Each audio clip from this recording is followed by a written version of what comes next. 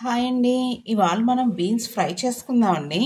ఇలా చిన్న చిన్న ముక్కల కింద కట్ చేసుకుని కుక్కర్లో ఒక విజిల్ వేయించుకున్నానండి. కొద్దిగా సాల్ట్ వేసుకుని ఇప్పుడు మనం దీన్ని ఫ్రై చేసుకుందాం.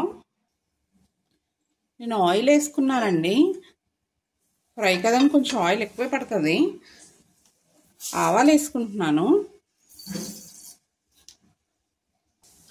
అలాగే జీలకర్ర, అలాగే మినపప్పు వేసుకుంటున్నానండి.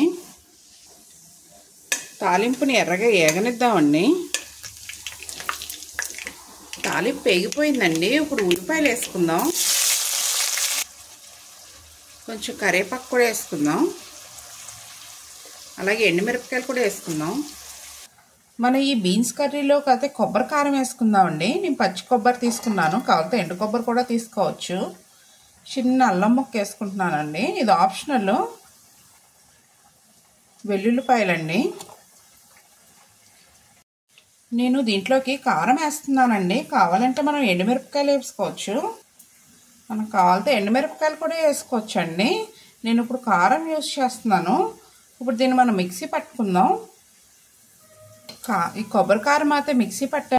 ఉల్లిపాయలు వేగిపోయినాయండి, ఇప్పుడు దాంట్లోకి వేసేసుకుందాం. ఇది ఉల్లిపాయలు అయితే వేగిపోయినాయండి. మనం ఈ కొబ్బరి కారం కూడా దీంట్లోకి వేసేసుకుందాం. వేసేసుకుని ఒక 2 నిమిషాలు ఫ్రై చేసుకుందాం దీన్ని.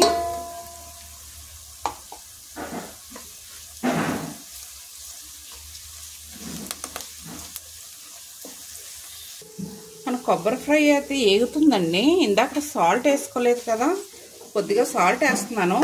ఆల్రెడీ బీన్స్లో సాల్ట్ వేసి ఉడకపెట్టిన వల్ల చూసుకుని వేసుకోవాలండి. మన కొబ్బరి కారం అయితే ఏగిపోయిందండి. ఉడకపెట్టుకున్న బీన్స్ ఇప్పుడు దీంట్లోకి వేసేసుకుంటున్నాను. దీంట్లో ఇప్పుడు పసుపు వేసుకుందామండి. బీన్స్ ఫ్రైలో కండి కొంచెం పల్లీల పొడి వేసుకుంటున్నానండి నేను.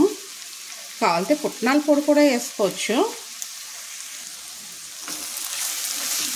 బాగా కలుపుకోవాలండి పల్లీల పొడి కలిసేలాగా. ఇప్పుడే కొంచెం సాల్ట్ కానీ కారం కానీ తక్కువ అయితే అడ్జస్ట్ చేసుకోవాలండి.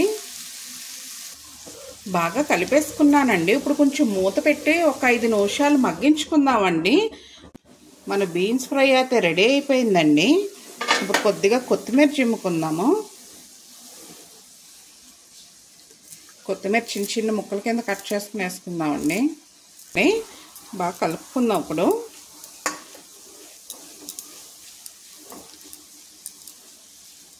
మూత పెట్టేసుకుందామండి. ఇంకో 2 నిమిషాలు మూత పెట్టుకుంటే మన కర్రీ కంప్లీట్ అయిపోయినట్టే.